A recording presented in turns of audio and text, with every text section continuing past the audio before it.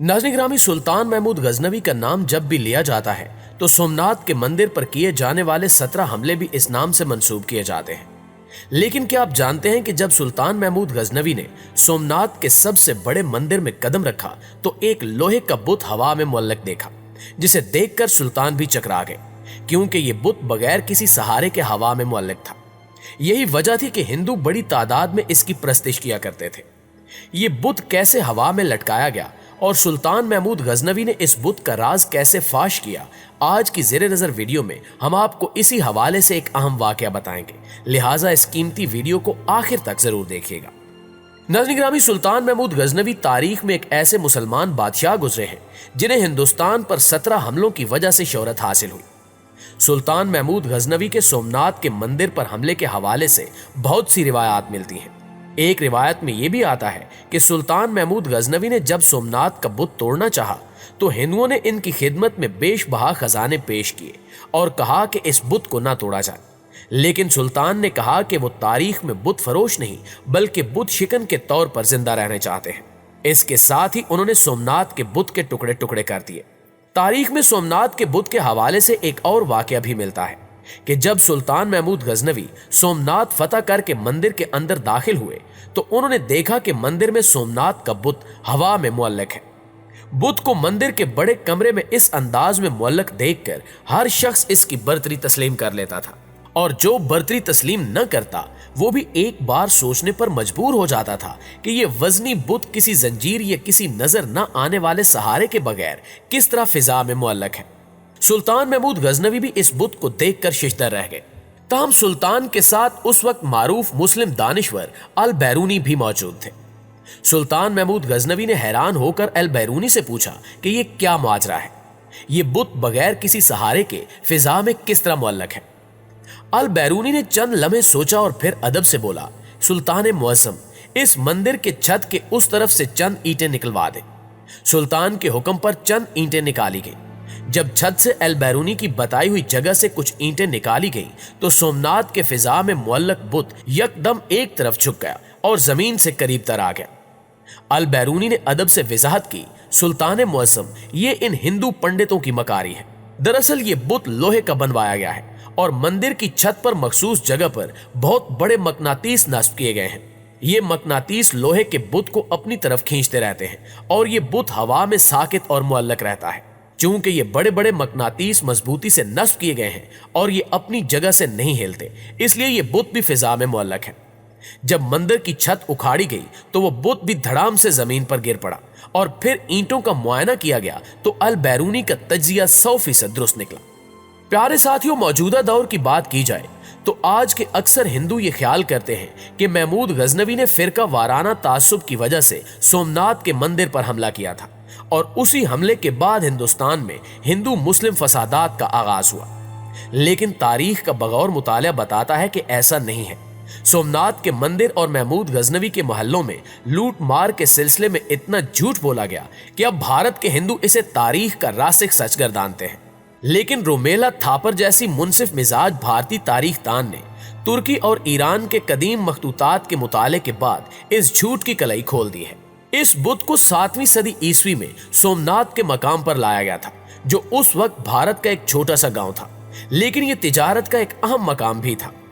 रोमेला थापर ने एक कतबे के मुताले के बाद यह वाकया बयान किया कि उस इलाके के बर्मनों ने एक ईरानी व्यापारी को सोमनाथ की हदूद में मस्जिद बनाने की इजाजत दी थी, जो इस बात का सबूत है कि सोमनाथ के हिंदुओं और मुसलमानों में इख्तिलाफात के बरक्स यगानगत थी। हिंदुस्तान की कदीम तारीख में 1857 तक सोमनाथ पर महमूद गजनवी के हमलों का कोई फिरका वाराना पहलू इस मुल्क के मुश्तरका हिंदू मुस्लिम समाज में नहीं मिलता।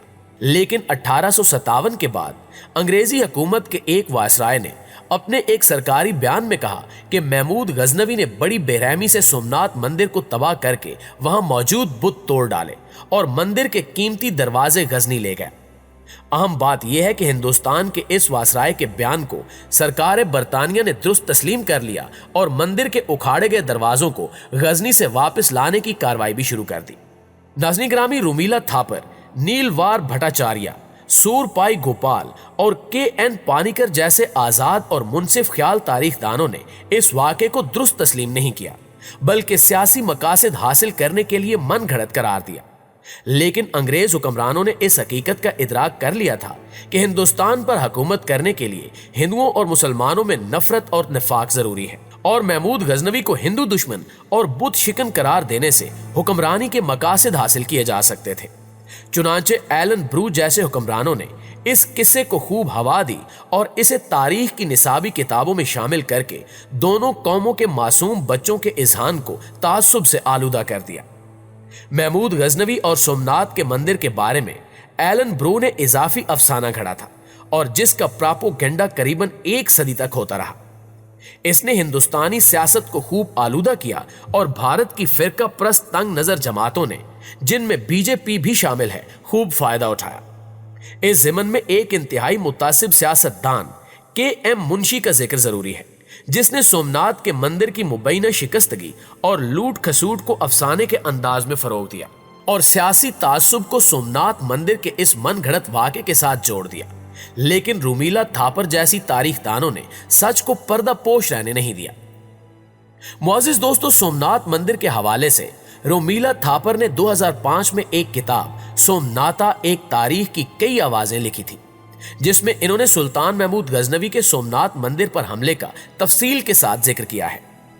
रूमीला थापर के मुताबिक सोमनाथ मंदिर पर हमले और इसके बड़े बुत को तोड़ने के वाक़े को भारत में हिंदू मुस्लिम तफरीक का एक कलीदी लम्हा बताया जाता है, जबकि हकीकत में उस जमाने में इसकी शायद इतनी अहमियत नहीं थी।